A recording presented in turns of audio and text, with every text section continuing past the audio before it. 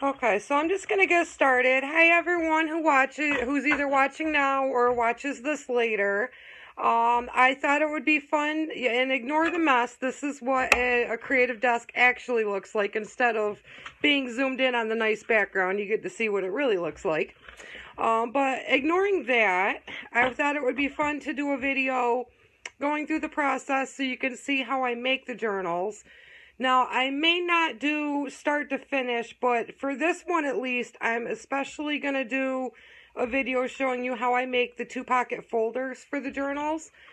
Each of the journals that I make does include two pocket folders, and somebody was just asking me how to make the folders, so I thought it would be fun to go ahead and do a video showing you how I do it. So, let's get started. I'm actually in the process right now. There are 3 new journals I'm going to be making today. But I'm going to pull out 3 papers and show you how I make the 2-pocket folders. Now, there's a lot of different ways to do this. The girl who asked me about it was actually referencing a video she saw where somebody laminated, a sheet of paper and then sliced it to create a pocket. Now, you can do that. There's nothing wrong with that. But for me, there's a lot of catches with that. It's not really easier than what I'm going to show you. And you'll also have the sharp edge. And that's also, you need to cut a straight line. And you need to make sure you cut with the right amount of pressure so you don't go too deep, but you go deep enough to go through the laminate. So I have done it that way, but this is how I prefer to make 2-pocket folders. So I'm going to start with 1 sheet of double-sided scrapbook paper.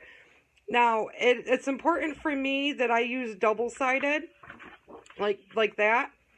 You can do single-sided, but it is so much easier if it's already double-sided, and then you don't have to worry about cutting down paper to cover the pockets and the outside of your folder. So for this, I'm going to show you with 1 double-sided piece of 12 by 12 scrapbook paper.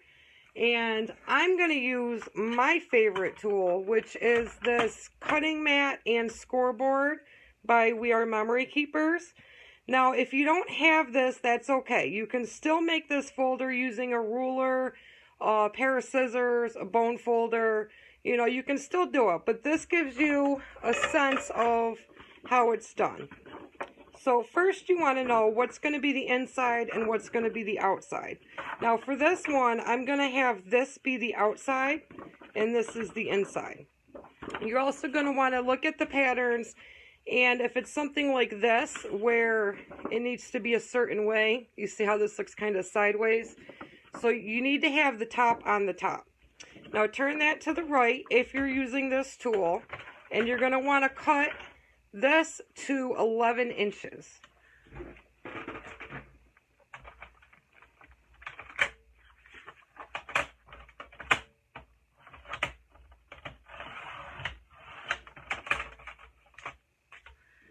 And then you're going to want to turn it like so. So now the top side's on the top. And you're going to want to cut it at 10 inches. So now you should have a piece of paper that is 10 inches by 11 inches. And this is where you're going to want to score. I'm going to score the 10-inch side at 5 inches.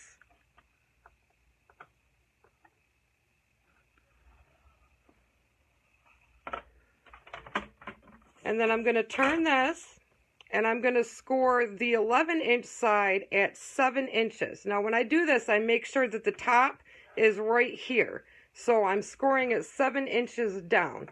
If you're going the other way, you're going to want to do 4 inches up.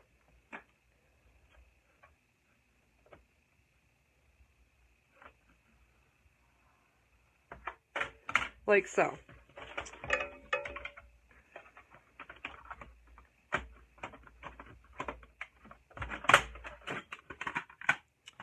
So now I have a 10-inch by 11-inch piece of paper, and if I fold where I scored it, I fold this side up And then I'm going to fold right on that middle line, like so. And so now closed, this is 5 by 7 inches. So this is the size that I make for the B6 or 5 by 7 journals that I make. You will want to modify the measurements if you're making a journal or a folder for a different size journal. But for a B6 or 5 by 7, this is what I do. Now, when you fold it, you're going to see it's kind of bulky right here, but we're going to get rid of that because you're going to open this back up, and right in this part right here, you're going to want to cut a little bit out. Now, you can do a triangle like so, or you can just cut a little sliver on either side, which is what I'm going to show you here. I'm going to take a pair of scissors, and I'm just going to cut right alongside that score line on both sides.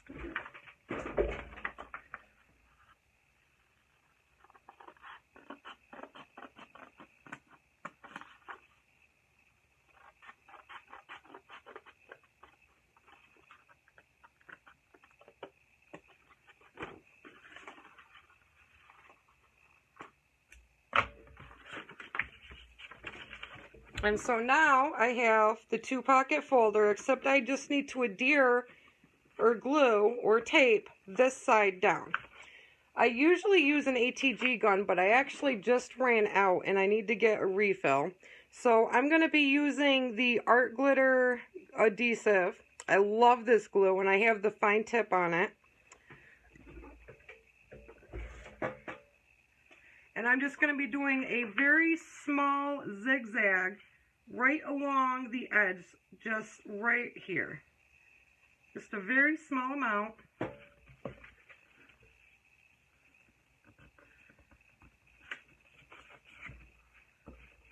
Like so.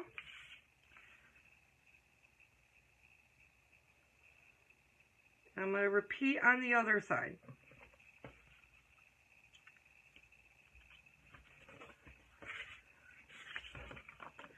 And there you have a 2-pocket folder. Now, I like to go one step further. Let me just put the pin back in my glue. So the next thing I like to do is I like to use a corner chomper on the 1/2 inch side. And I like to get the inside corners. Now, this is optional, but I like to do this because when you open it up, you'll see that little notch on the inside, and that gives a place for it to sit on the elastic band. And so it'll just kind of sit right in place, and you don't have to worry about it pulling on, you know, just a straight corner and kind of making it look bad.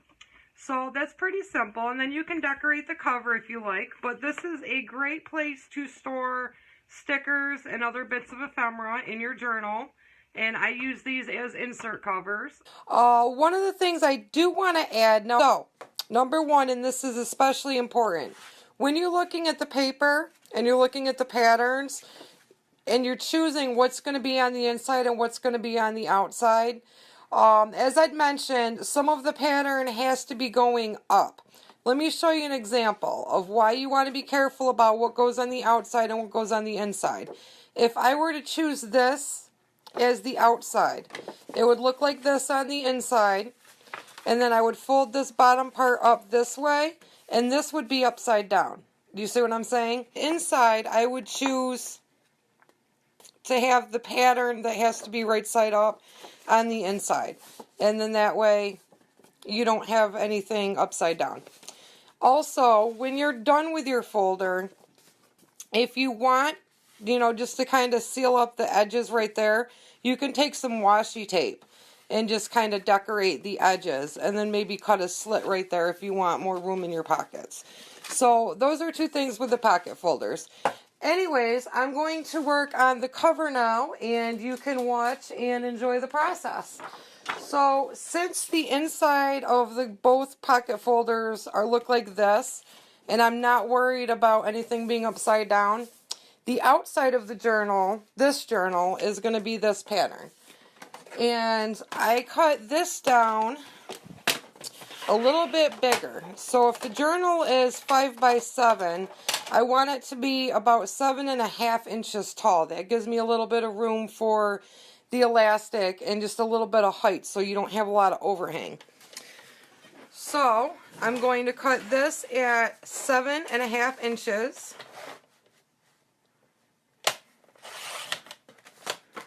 And then lengthwise, for a 10-inch journal, I like to have a 1-inch spine.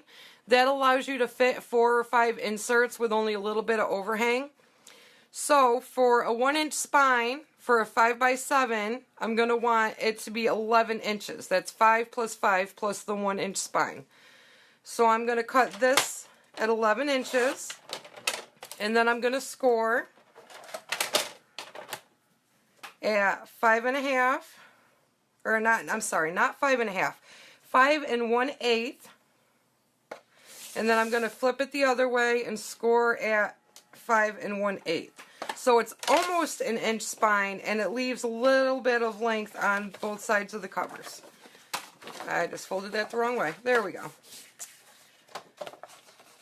And so now, I like to give my journals the rounded edge, and for that I use my Crocodile. That's this tool right here. And I just go around each corner with the 1/2 inch side.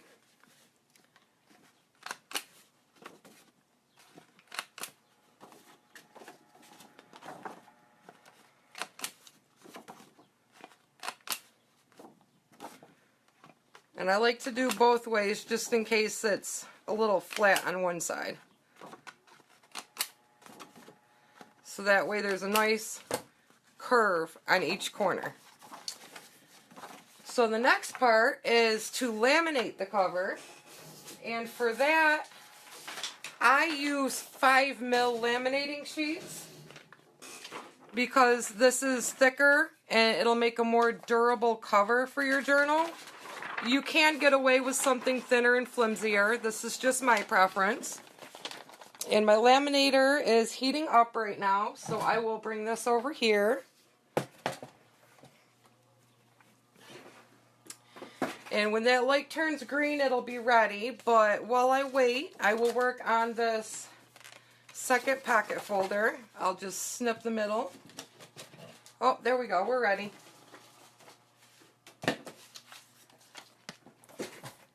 Okay, so this flat side, I put that in first. And let it run through.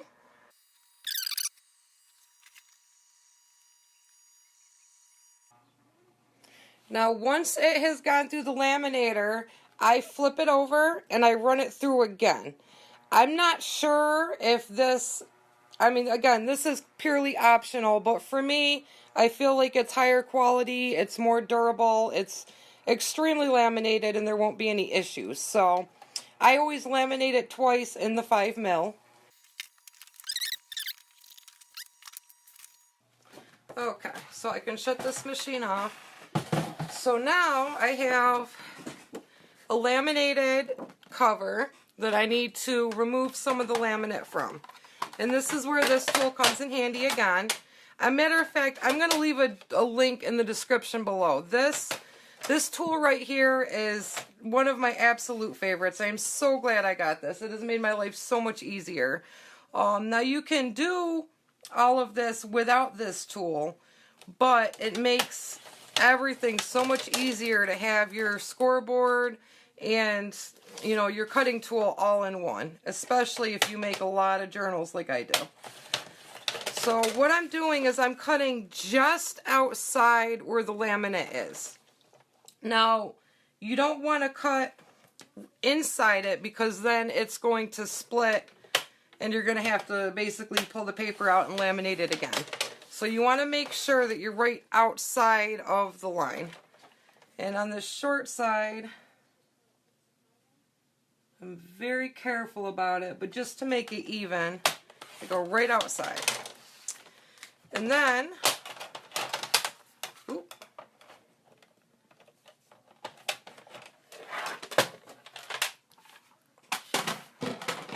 once again, I like to go with my corner chomper.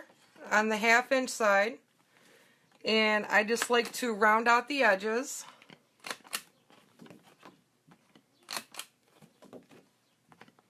And then I flip it over and I do it again, so each edge is perfectly curved and smooth. There's no sharp corners that are going to poke. And then you can see where the score line is. You're going to want to kind of pop it and fold it like so. And next comes poking or punching the holes. Now this is another part where I have some fancy tools that you don't need, but it makes my life a lot easier. And in order to use it, I have this piece of chipboard that I keep underneath just to protect my workspace. And that tool is not this awl. This awl is something that if you don't already have and you do a lot of paper crafting or mixed media art, this is very helpful to have for a number of reasons. The tool that I am referencing is there's a number of names for it. I believe Japanese screw punch is what I found it under on Amazon. It's also a book punch or a book drill. And this has a number of different size drills on it. Just so I can show you what it looks like. So you take it out, and this is the drill. And there's a number of different sizes. And I usually use the same size, but I do have the others in a bag in case I need them. So then basically you screw this on, and this is where some people will measure precisely where each hole should go. I make so many of them that it's probably more comfortable for me to eyeball, but I'll try to give you measurements as I go. So I always start with the one in the middle, and if you want to measure it and find the precise middle, that's fine. I'm just going to kind of eyeball it, and it's okay if it's not perfect. So with the book punch, or the book drill, I just go like so, and there's already a hole right there. And then you're going to want 4 holes on either side, and they should be about a 1/4 inch down and the same distance apart. They should be kind of straight. So again, if you're new, I would definitely take a ruler, and I would measure and maybe just mark with a pencil where each 4 holes should go. But from watching me do it, you might see ballpark where they should be. So I'm just going to do one here.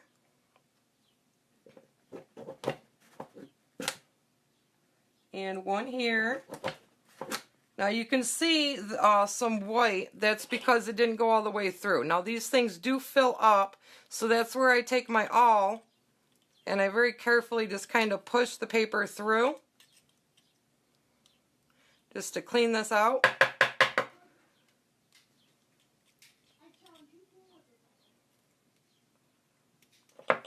And once it's empty, then I'll just go back over the same place. 1, 2, and I have my 2 holes there. Now I want the holes on this side, again, to be about 1/4 inch down, and I want them to be perfectly in line with where these 2 holes are. So I'm going to go 1 and 2.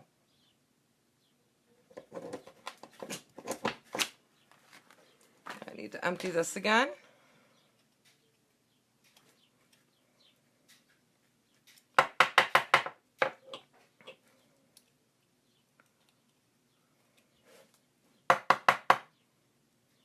Okay.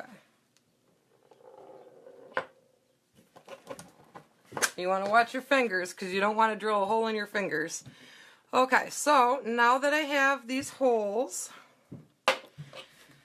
the awl is what you can use if you don't have one of these. You would mark the hole and then maybe get a piece of styrofoam, and you would just kind of push a hole through. So this will work. You don't need the fancy book drill, but I prefer that. I do use the awl on this hole in the middle just to make it a little bit bigger, like so. Okay, and now I'm going to pack up my book drill and my chipboard and my awl. And the next step is to put in the elastic cord. Now, a lot of this I'm going to have to do off screen, and that's the measuring, but I'll show you what I measure out in just a moment. Okay, so for the 2 elastics, this is how I measure it out. And I use 2mm elastic is the thinnest I'll go. I wouldn't go any thinner than that because when you pull, it can fray, it can fall apart, it can snap, and things, you know, just kind of break on you. So 2mm is the thinnest I'll go. I have had a really hard time finding 2mm elastic in any stores like Michael's or Joann's. I think Hobby Lobby has some, but I order mine on Etsy or on Amazon. Okay, so I measure it so it's 2 lengths of the book. Now that could be a little long. 1.5 or 1 3/4 will work. Okay, so you're going to take the elastic and you're going to take one end and just poke in from one side and just let it hang down.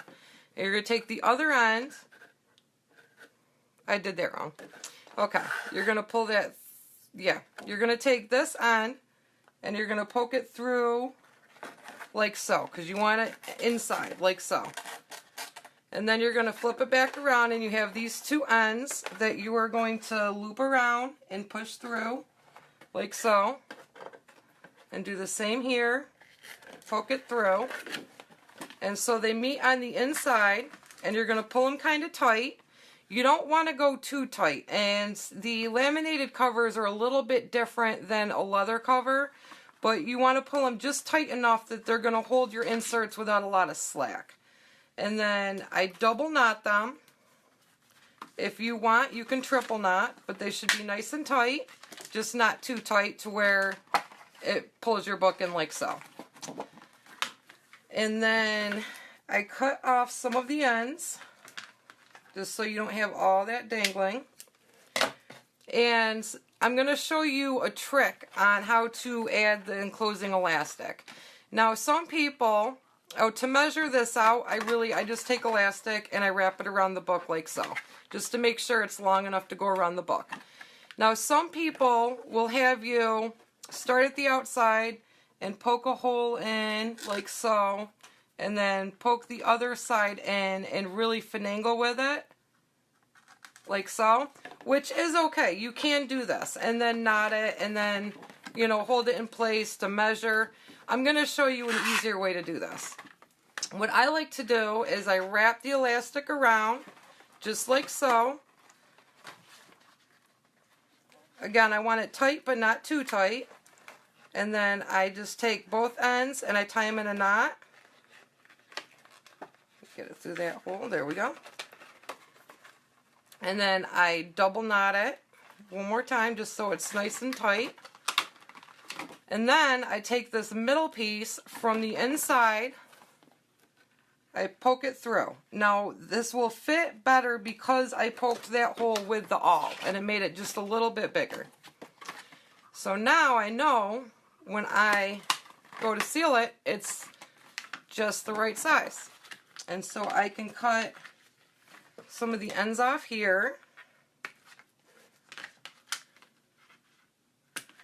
And voila, I have my book covered. Now I'm going to take the one folder that I did finish, and I'm going to stick this on the first elastic band, just like so. And you can see what I mean about how the elastic sits right on that notch, like that. I don't have to worry about it pulling. And let me glue this just to finish it up. Let me punch the corners out. And now I have my other 2-pocket folder. And all my inserts are in the other room, but basically the next step is just to put my inserts inside each folder. So there you have it. That is how I make a journal. I hope you enjoyed watching this video, and I hope you learned something new. If you have any questions, please feel free to leave them in the comments below. I thank you again for watching. If you are not already a fan of this page, please do make sure to hit the like button and I will be doing some more giveaways in the coming week. Thanks for watching. Bye.